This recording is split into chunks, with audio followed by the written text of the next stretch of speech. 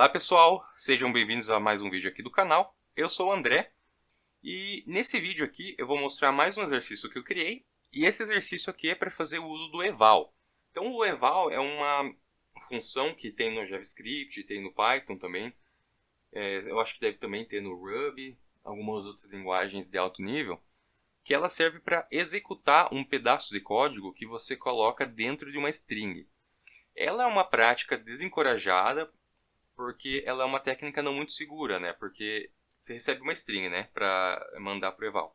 E se essa string que você recebeu, ela for um pedaço de código malicioso, o que vai acontecer, né, com a tua aplicação? Então, pensando nisso, né, o pessoal desencoraja o uso do eval. Então, por exemplo, assim, ó, eval, aí eu vou colocar x recebe 10. Beleza, qual que é o valor do x? 10. Então, dentro da minha string, eu executei com esse eval um código que estava dentro de uma string. Se eu quisesse, eu podia receber esse código via internet. Aí que mora o perigo, né? E se alguém manipular essa string aqui e me mandar o valor manipulado da string? E essa string, na verdade, for um código que algum hacker fez para invadir teu sistema. Então, isso é um pouco perigoso. Que é o mesmo caso que acontece aqui, né?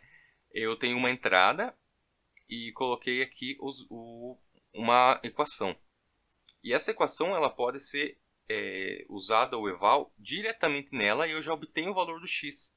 Eu só preciso saber o valor do y e eu já mando o valor do x ali dentro.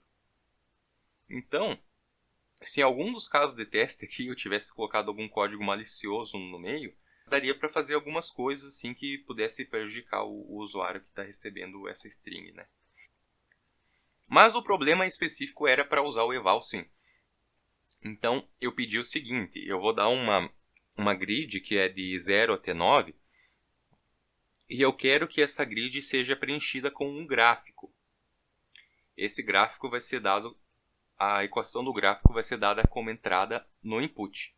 Então, eu vou dar o valor lá do input, e eu quero que, aqui por exemplo, isso aqui, ó, eu dou o valor de entrada, e eu quero que me mostre a saída. Quero que plote, certo? Então tá ali, ó, por exemplo, aqui e o teste 4, né? Esse aqui, ó. Então eu dou a equação de entrada e eu quero que me mostrem a saída, como que ela é. Beleza? Então como que faria esse problema? Então eu já tenho o equation ali em cima. E agora eu só preciso fazer um for, né? Então, por exemplo, aqui, ó, for. Olha, a variável livre dentro da minha equação é sempre y. Eu deixei sempre garantido que vai ser y. Então, já que eval ele vai pegar a variável que já tem no programa para executar, eu vou colocar aqui o meu for, ele vai ter uma variável chamada y. Então, posso colocar let y recebe. Ela vai de 0 enquanto o y for menor do que o 10. Daí o y mais. Beleza? Então, eu só preciso chamar o eval para executar a equação, né? Então, ele vai fazer um eval no equation. E agora eu já tenho a informação de quem é x.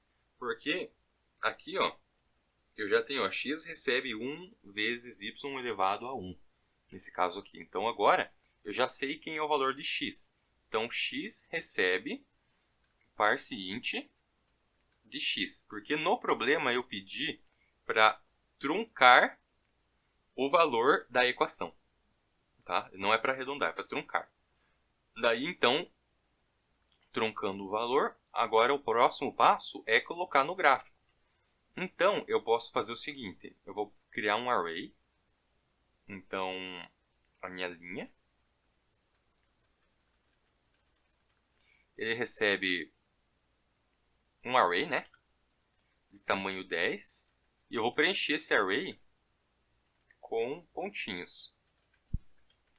E a linha, no índice x, que foi o que eu calculei, ele recebe aquela bolinha lá que eu quero que seja colocada.